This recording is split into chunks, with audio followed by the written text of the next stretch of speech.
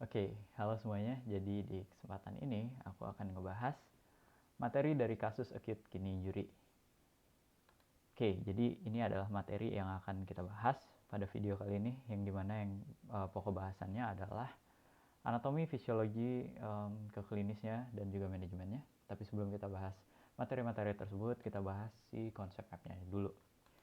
Jadi pada dasarnya penyakit acute kidney injury ini sendiri beretiologi hipovolemi, yang dimana hipovolemi ini dapat terjadi dikarenakan risk factor yang dimiliki pasien, yaitu diare dan vomit atau diare dan muntah-muntah, yang dimana kondisi ini tentunya akan menyebabkan volume plasma darah di dalam tubuh pasien itu menurun, yang dimana akan menyebabkan suatu kondisi yang dinamakan hipovolemi, yang dimana hipovolemi ini manifestasinya dapat menyebabkan dehidrasi, yang dimana berefek kepada menurunnya skin turgor.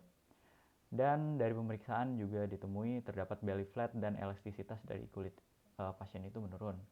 Lalu tentunya dari efek dari diare dan vomit sendiri juga akan menyebabkan hilangnya bikarbonat, yaitu salah satu komponen yang penting dalam homeostasis pH darah. Lalu selanjutnya dari hipovolemi juga menyebabkan terjadinya penurunan dari venous return dalam sistem kardiovaskular pasien. Seperti yang kita ketahui, venous return mempengaruhi end-diastolic volume atau EDV sehingga akan menurun, yang dimana efeknya akan menurunkan blood pressure. Seperti yang kita ketahui, blood pressure itu kan rumusnya cardiac output dikali total peripheral resistance, sedangkan EDV ini mempengaruhi cardiac output. Kalau dia terpengaruh, berarti blood pressure-nya juga terpengaruh dong, sehingga akan menurun. Lalu efek dari blood pressure yang menurun ini akan menyebabkan stimulasi dari baroreseptor atau reseptor tekanan hidrostatik yang ada di dalam tubuh, sehingga akan menyebabkan stimulasi simpatetik yang berefek pada peningkatan heart rate dan pulse rate. Lalu pada hipofisis sendiri, baroreseptor akan menyebabkan peningkatan sekresi dari antidiuretik hormon, sehingga akan terjadi retensi cairan pada collecting duct di ginjal, sehingga akan menyebabkan oliguria atau volume urin dari pasien menurun. Lalu selain itu juga penurunan dari blood pressure menyebabkan perfusi jaringan menurun, sehingga jika terjadi pada otak tentunya akan menyebabkan efek letargi.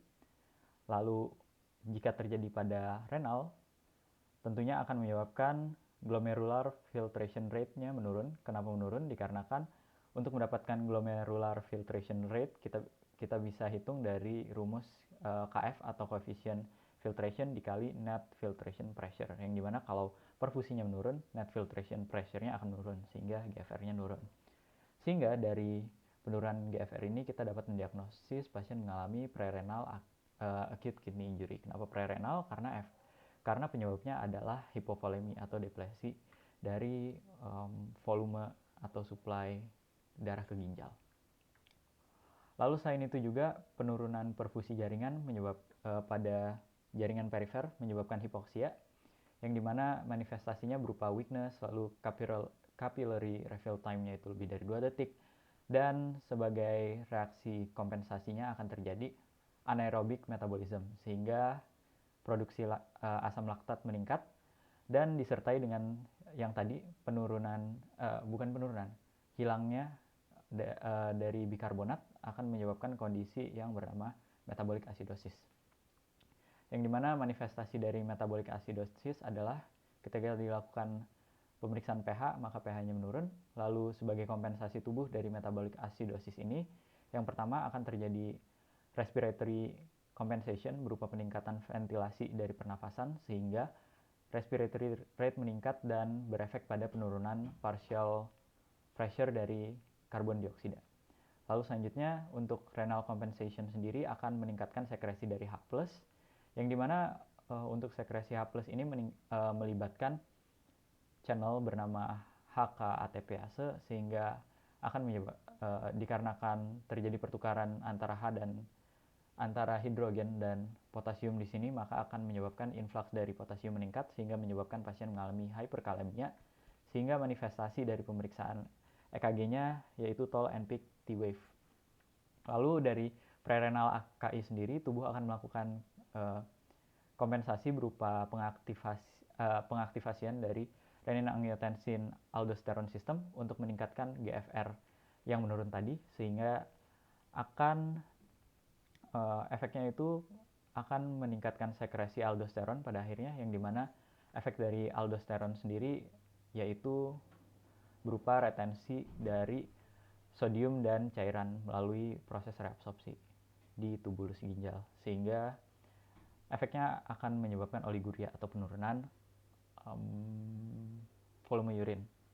Selain itu juga dikarenakan pada prerenal AKI terdapat penurunan GFR, tentunya dari pemeriksaan serum untuk serum urea dan kreatininnya meningkat. Oke, jadi kita akan bahas anatomi dari ginjal. Jadi ginjal pada dasarnya merupakan organ bilateral yang letaknya itu retroperitoneal dan berbentuk seperti kacang. Lalu secara topografi terletak di antara vertebra T12 hingga L3, yang dimana untuk posisi ginjal kiri itu lebih superior, dikarenakan untuk ginjal kanan sendiri terdapat struktur berupa liver yang terdapat pada bagian superiornya. Lalu secara anatomi sendiri, ginjal terdiri dari korteks, yaitu struktur superficial yang memiliki kontak langsung dengan kapsul. Lalu juga terdapat medula, yaitu kumpulan dari beberapa struktur berbentuk seperti segitiga atau dikenal dengan nama piramid, yang dimana pada piramid ini terdapat banyak sekali struktur tubulus dari nefron ginjal. Lalu terdapat renal column, yaitu ruang atau space di antara piramid. Lalu untuk struktur drainase dari ginjal sendiri terdiri dari renal papilla, minor dan major calyces, dan pelvis.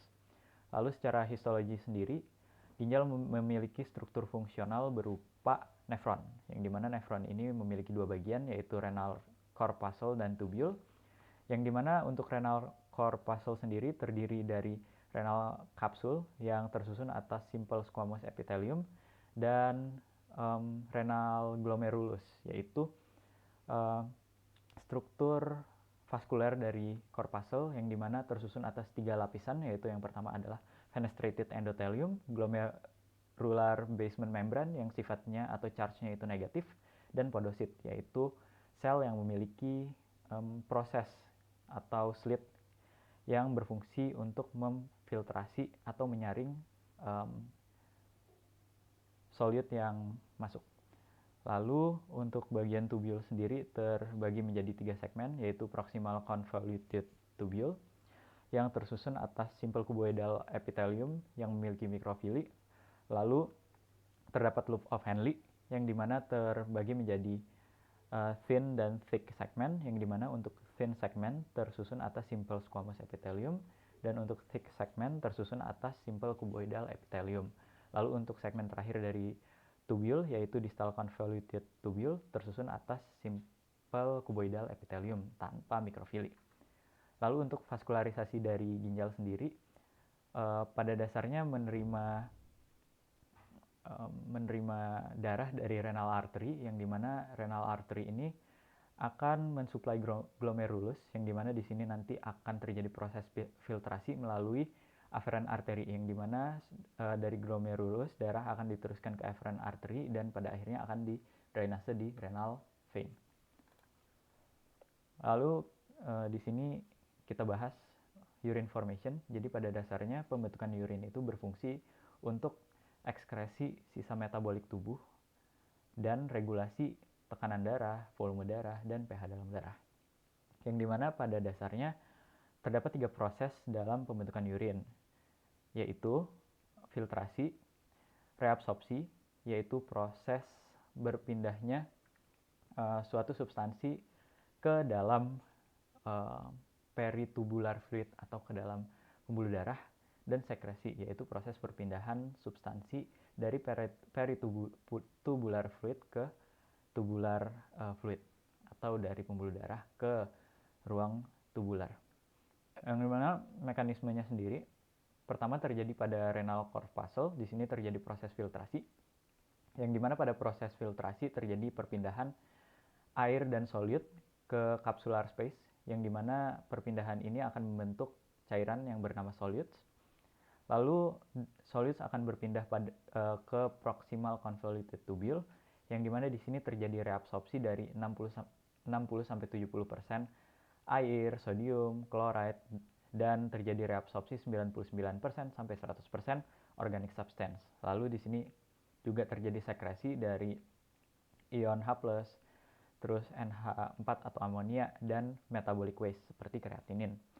Lalu berlanjut ke struktur loop of Henle, di sini terjadi countercurrent mechanism, yang dimana pada descending limb akan terjadi reabsorpsi dari air atau H2O, dan pada ascending limb akan terjadi reabsorpsi sodium dan chloride.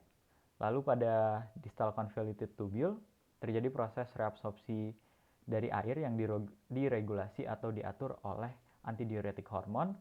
Juga terjadi reabsorpsi dari sodium yang diregulasi oleh aldosteron, hormon aldosteron, dan juga terjadi reabsorpsi dari HCO3 atau bikarbonat.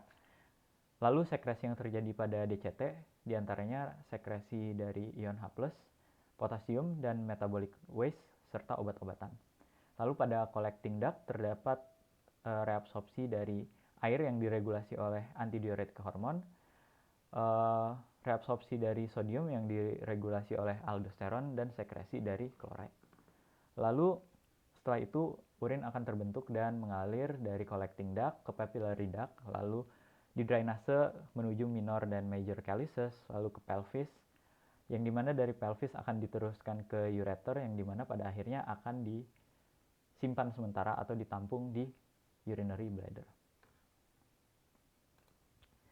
Lalu selanjutnya di sini aku akan membahas acid-base balance, yang dimana acid-base balance ini sendiri merupakan mekanisme yang berperan untuk menjaga keseimbangan pH di dalam tubuh, yang dimana normalnya itu pH berada di angka 7,35 sampai 7,45. Dalam acid-base balance terdapat 3 mekanisme, yaitu yang pertama adalah buffer system. Buffer system di sini berfungsi untuk menambah ataupun mengeliminasi ion H+, yang dimana terdiri dari 3 macam buffer system, yaitu phosphate buffer system, protein buffer system, dan carbonic acid bicarbonate buffer system.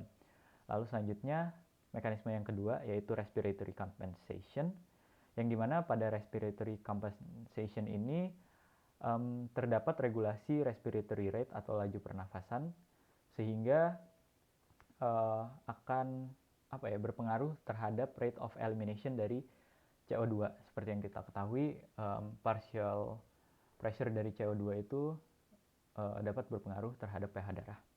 Lalu selanjutnya yang terakhir adalah renal compensation, yang dimana di sini terlibat dalam regulasi dari sekresi ataupun reabsorpsi dari ion H+ ataupun bikarbonat. Lalu selanjutnya di sini aku akan bahas klinis dari acute kidney injury, yang dimana acute kidney injury sendiri merupakan penyakit yang ditandai dengan penurunan fungsi ginjal mendadak yang sifatnya itu reversible. Untuk etiologi dan klasifikasinya sendiri, yang pertama adalah pre-renal acute kidney injury yang disebabkan oleh hypovolemic, penyakit jantung ataupun hati. Terus bisa juga diakibatkan dari terganggunya autoregulasi dari pembuluh darah ginjal yang diakibatkan oleh konsumsi NSAID ataupun ACE inhibitor. Lalu untuk klasifikasi yang kedua yaitu intrarenal, dapat disebabkan oleh glomerulonefritis ataupun acute tubular necrosis. Untuk postrenal sendiri disebabkan oleh urinary tract obstruction seperti batu ginjal, tumor atau BPH, atau juga bisa disebabkan oleh stricture dari uretra. Lalu untuk staging dan severity-nya sendiri terdapat 3 tingkatan, yaitu untuk tingkatan pertama bisa dilihat dari urine output-nya, yaitu di bawah 0,5 ml per kilogram per jam selama 6-12 jam. Untuk stage 2 sendiri di bawah 0,5 ml per kilogram per jam dalam kurun waktu lebih dari atau sama dengan 12 jam. Lalu untuk stage 3 sendiri, urine outputnya itu 0,3 ml per kilogram per jam selama kurun waktu lebih dari atau sama dengan 24 jam, ataupun anuria dalam kurun waktu lebih dari atau sama dengan 12 jam. Lalu untuk diagnosis dari acute kidney injury ini sendiri dapat dilakukan urinalysis dan urine output monitoring, lalu dapat dilakukan blood examination yang dimana dilakukan untuk mengetahui serum kreatinin, elektrolit, dan tentunya dikarenakan di sini terdapat perhitungan kreatinan dapat digunakan untuk menghitung estimation GFR. Lalu selanjutnya dapat dilakukan blood gas analysis untuk mengetahui atau mendeteksi potensi dari asidosis ataupun alkalosis. Lalu untuk manajemen dari kasus ini sendiri, dikarenakan pada kasus ini penyebabnya adalah hipovolemi, maka kita harus meresusitasi cairan kepada pasien. Maka diberikan intravenous crystalloid fluid yang dimana di sini disarankan diberikan yang sifatnya itu isotonik. Lalu selanjutnya karena pasien juga mengalami hiperkalemi, maka kita harus koreksi yang dimana dapat diberikan opsi berupa loop diuretik, yang dimana loop diuretik ini kan dia menginhibisi reabsorpsi dari potasium di ascending loop of Henle. Terus dapat juga diberikan insulin disertai dengan glukos, yang dimana insulin ini akan mempromot potasium intracellular influx. Lalu juga dapat diberikan inhale beta agonis, yang dimana efeknya itu sama aja kayak insulin. Lalu untuk metabolic acidosis sendiri, koreksinya dapat diberikan intravenous atau oral dari sodium bikarbonat. Lalu untuk CRP atau epidemiologi dari AKI ini, insidensi gagal ginjal di Indonesia itu sebanyak 251 per juta penduduk, sedangkan untuk prevalensinya 499 per juta penduduk Indonesia. Data ini menurut Indonesia Renal Registry tahun 2018. Lalu untuk BHP-nya sendiri, di sini kita pegang untuk semua kasus sih sebenarnya kita pakai prinsip beneficence, non-maleficence, autonomy, dan justice, yang dimana untuk beneficence dan non-maleficence ini sendiri tentunya untuk pemeriksaan ataupun dalam proses kita mendeteksi penyakit akan dilakukan banyak tindakan pemeriksaan kan untuk hal itu. Tentunya kita harus melakukan informed consent dengan menjabarkan tentang apa tujuan dari tindakan ini, terus apa kelebihannya, dan tentunya komplikasi dari tindakan yang akan kita lakukan. Lalu juga tentunya dari aspek ini kita dapat memberikan treatment yang terbaik untuk pasien, untuk kebaikan pasien dengan efek samping ataupun komplikasi seminimal mungkin. Lalu untuk autonomi dan justice sendiri yaitu setelah kita memberikan saran terbaik kita melalui dua aspek beneficence dan non-maleficence, keputusan mengenai tindakan apa yang ingin mereka lakukan, lalu treatment apa yang ingin mereka jalani, itu adalah pilihan mereka sendiri. Gitu. Nah, lalu ada notes dari kasus ini sendiri karena kemungkinan kan bisa aja keluarnya DD atau et causa yang berbeda. Jadi di sini aku akan bahas acute kidney injury dengan kausa yang berbeda-beda. Tapi sebelum kita bahas berdasarkan patofisiologi dari penyebab yang berbeda, kita harus paham satu konsep dulu, karena ini bakalan jadi konsep dari patogenesis si penyakit AKI ini. Jadi kita harus paham dulu GFR. Jadi apa sih GFR itu? GFR itu adalah jumlah cairan yang difiltrasi dalam satuan mililiter per menit. Normalnya itu 125 ml per menit. Nah, untuk menghitung GFR ini atau faktor yang mempengaruhi GFR ini diantaranya adalah koefisien filtration dan net filtration pressure, yang dimana koefisien filtration ini dipengaruhi oleh luas filtration area dan permeabilitas dari glomerulus. Sedangkan untuk net filtration pressure itu dia bisa didapatkan dari pengurangan net hydrostatic pressure dan blood capillary oncotic pressure, yang dimana net hydrostatic pressure ini bisa kita dapetin dari pengurangan si capillary hydrostatic pressure dikurangi glomerular hydrostatic pressure kalau nggak salah. Oke. Jadi untuk prerenal itu sendiri kan dia seperti pada kasus ini, dia itu kan penyebabnya banyak ya. Jadi bisa karena cardiac output yang nurun, yang bisa disebabkan oleh penyakit jantung ya, seperti myocardial infarct atau cardiac tamponade dan lain-lain itu. Jadi intinya untuk prerenal ini sendiri, dia itu bisa menyebabkan suplai darah ke ginjal itu menurun, sehingga si NFP ini, si net filtration pressure yang terjadi di tubuh pasien yang mengalami si prerenal acute kidney injury ini menurun. Makanya dia bisa jadi prerenal acute kidney injury. Nah, untuk intrarenal sendiri ini tuh sebenarnya kebahas di kasus APSGN. Jadi intinya penyebab intrarenal itu bisa glomerulonefritis, yang dimana kalau pas kasus glomerulonefritis itu kan terjadi glomerulosclerosis, sehingga si filtration area dari ginjal pasien itu nurun, makanya dia GFR-nya nurun, sehingga bisa didiagnosis AKI kan. Nah, lalu untuk acute tubular necrosis ini, itu tuh dia bisa disebabkan sama nefrotoksin ataupun iskemi dari si tubular ginjal. Jadi ketika terjadi kerusakan dari tubular ginjal itu, si epitel-epitelnya tuh nanti bakal ngelupas gitu, terus dia bakal clot dan ngebentuk sumbatan. Nah, jadi nanti akhirnya itu dia ngaruh ke NFP, tapi dari dua jalur. Yang pertama, karena tadi kebentuk sumbatan, si net hydrostatic pressure-nya tuh nurun. Karena kenapa? Karena glomerular hydrostatic pressure-nya itu ningkat kan. Sedangkan rumus dari NHP itu kan dia glomerular, kapsular, pokoknya yang di kapsul itu hydrostatiknya ningkat kan. Sedangkan NHP ini dia itu rumusnya kan yang di darah dikurangi sama yang di kapsul kan. Kalau kapsulnya lebih tinggi, berarti si NHP-nya ini makin kecil, makanya si GFR-nya tuh bisa turun. Itu yang pertama. Yang kedua tuh, ATN ini dia kalau nggak salah bisa nyebabin vasokonstriksi dari afferent arteriole, sehingga si supply ke glomerulusnya itu nurun, sehingga NFP-nya itu juga nurun.